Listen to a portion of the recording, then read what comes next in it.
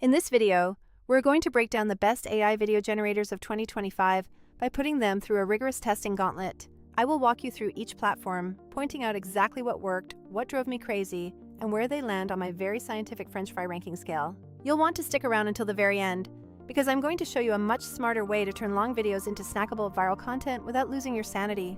To keep things consistent across all these different tools, I created a single movie scenario featuring an old, deserted factory.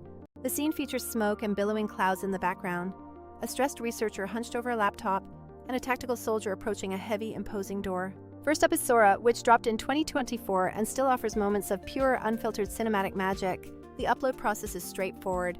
Just click the plus button, drop in your media, type your motion prompt, and pick your resolution. I really love the establishing shot in Sora, as the clouds looked believable and the camera movement felt surprisingly cinematic. On the flip side, Sora can be frustratingly inconsistent, often glitching out by making characters vanish or walk into phantom walls. It ends up in the sweet potato fry category, definitely solid and capable of high-end results, but pricey and occasionally unreliable. Next is Google VO2, which is an absolute powerhouse when it comes to physics and realistic character motion.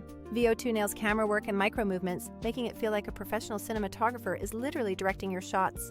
The downside is that the current access doesn't easily let you import your own assets, which makes building a consistent scene a real challenge. It lands squarely as a waffle fry, amazing high-quality output, but not quite production-ready for everyday creators. Runway is next, acting as the Swiss Army knife that many of us already have tucked away in our creative toolkits.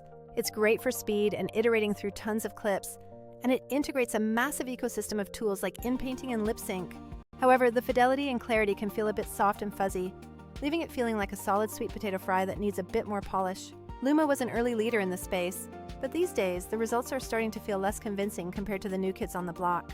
The movement often leans towards slow motion, and expressions can look a bit skeletal or robotic. It lands as a steak fry, perfectly usable for specific stylized bits, but struggling to capture true realism.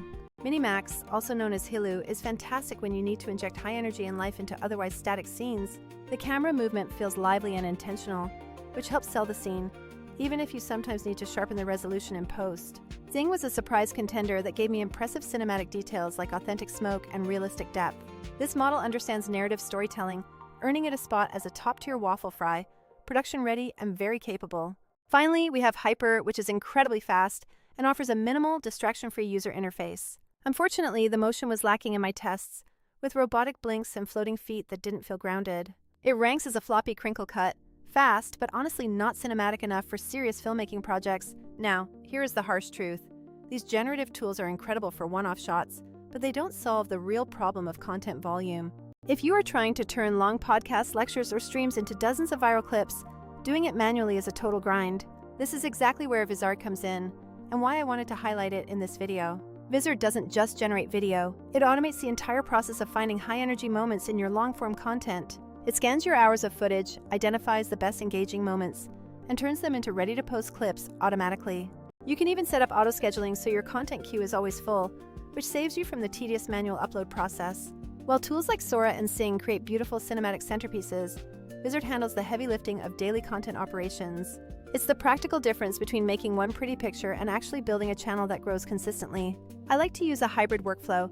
I film long-form content, let Vizard extract the gems, and then use AI generators for those cinematic accents. That specific combo gives you the scale of automated production combined with the high-end sizzle of modern AI. Let me know in the comments if you want a deeper dive into any of these tools, or a tutorial on my exact editing workflow. Before I go, I want to send a quick shout out to our community in LA, especially those dealing with the recent wildfires. Stay safe and reach out if you need anything.